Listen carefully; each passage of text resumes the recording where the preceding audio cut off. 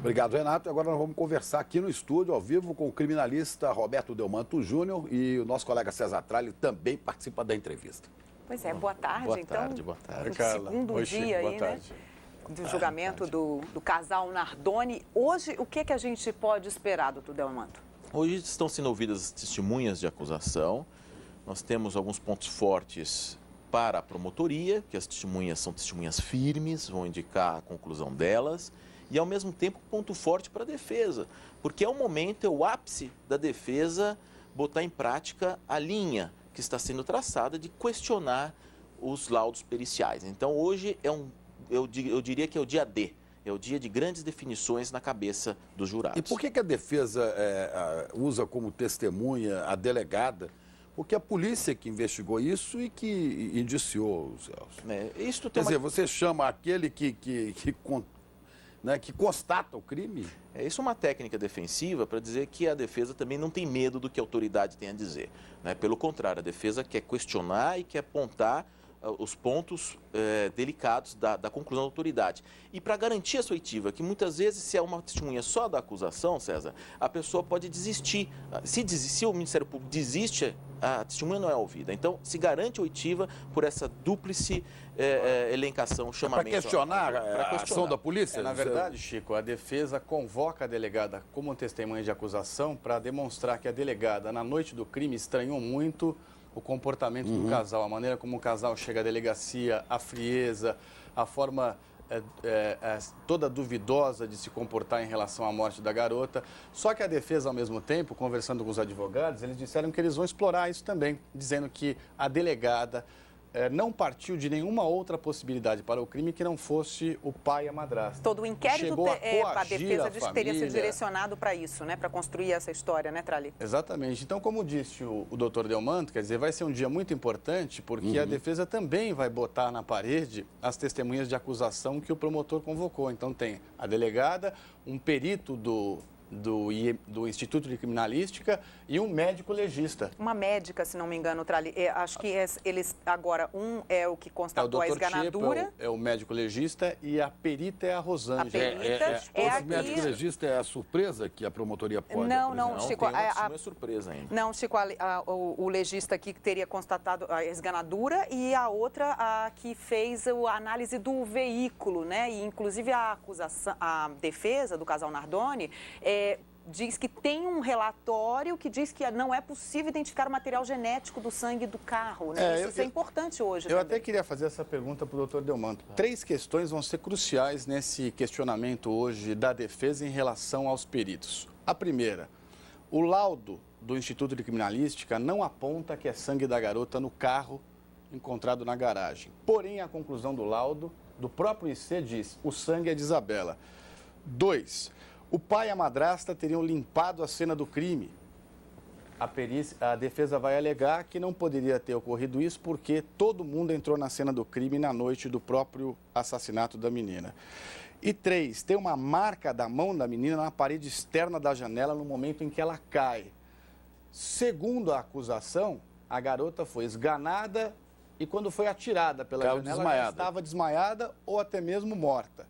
No entanto, a defesa vai alegar que a marca da mãozinha dela na parede indica cientificamente que ela estava viva e consciente. O que agravaria a situação do pai se ele tivesse jogado. Não, porque ela poderia ter cortado a rede e se jogado de acordo com... Então, a pergunta que eu queria fazer para o doutor Delmanto é: doutor, essas questões que a defesa vai colocar hoje para os peritos, tentando confrontá-los, tem o objetivo de botar dúvida na cabeça dos jurados. O senhor acha que isso é possível e que isso mudaria a opinião dos jurados em relação aos acusados? Vai depender muito da ênfase que os peritos derem no depoimento deles. Se os peritos forem firmes, convictos, e os peritos já estão sabendo desses questionamentos.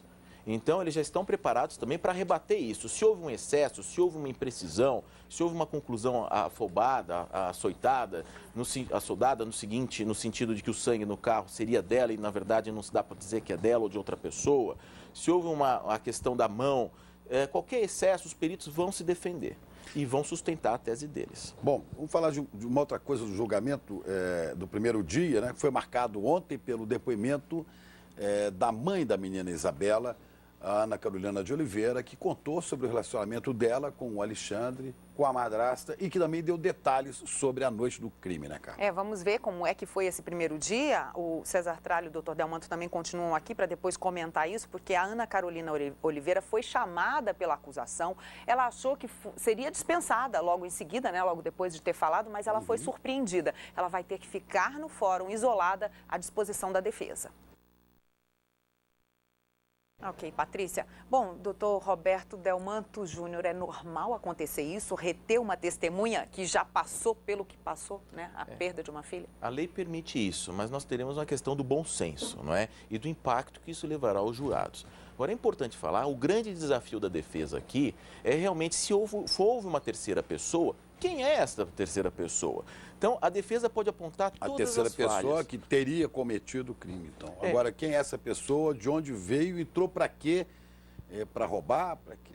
Então, essa é a grande incógnita. E o grande desafio da defesa é este. Se há um álibi, se há uma terceira pessoa, um terceiro culpado, quem é essa pessoa que ninguém nunca viu?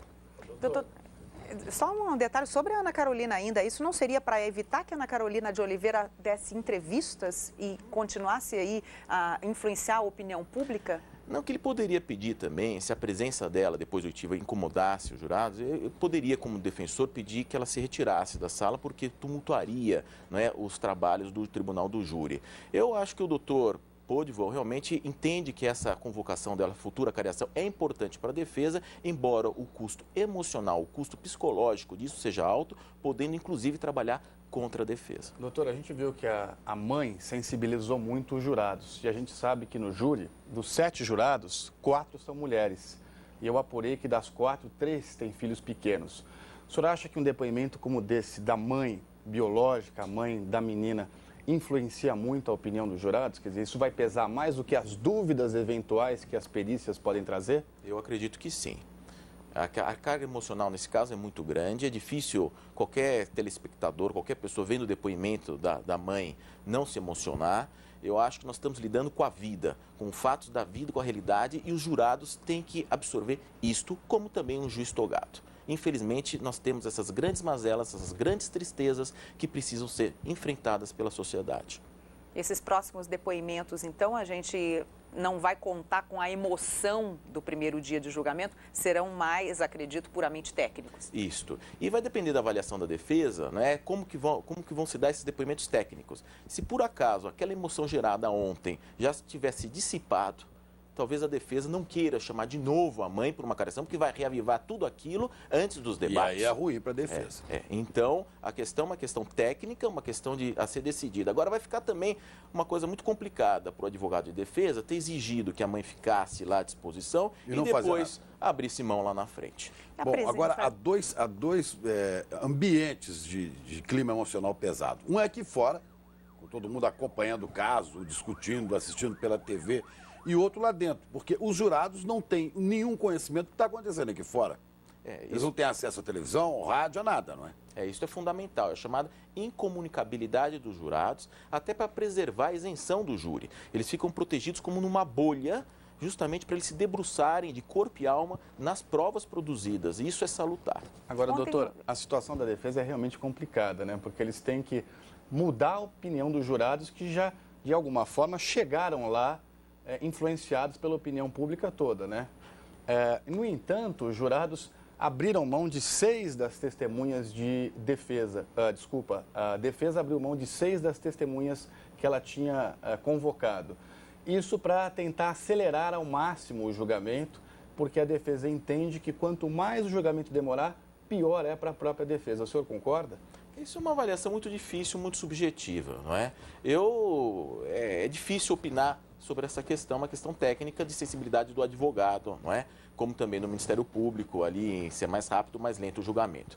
Mas o importante é de se consignar aqui nisso tudo, que os jurados vão ter a ampla possibilidade de conhecer todos os detalhes do caso, isso vai ser debatido à exaustão e nós, assim, rezamos para que seja uma decisão serena, uma decisão isenta dentro das possibilidades. Porque se nós já temos um preconceito, um prejuízo da mídia, o próprio advogado também já tinha esse prejuízo. Então, quando ele conheceu a causa, ele teve que se despir desse preconceito para assumir uma defesa desta. Porque o advogado tem que acreditar na inocência para assumir inteiramente uma defesa dessa, e o Dr. Podewell acredita na inocência. Isso é o que nós vemos e realmente sentimos pelas manifestações dele. E só rapidamente, a defesa tinha pedido ao juiz para que os jurados fossem levados até o local do crime, até o apartamento. E o juiz disse ontem que isso atrapalharia o julgamento, porque foi até encomendada uma enorme maquete que reproduz exatamente como é o prédio. E daqui a pouco a gente vai mostrar aqui no SPTV essa maquete, a gente vai ter novas informações. Muito obrigada, doutor Delmanto, mais uma vez por sua presença aqui, nos ajudando aí a entender esse julgamento, né? Daqui a pouco a gente vai voltar com outras informações sobre o julgamento do casal.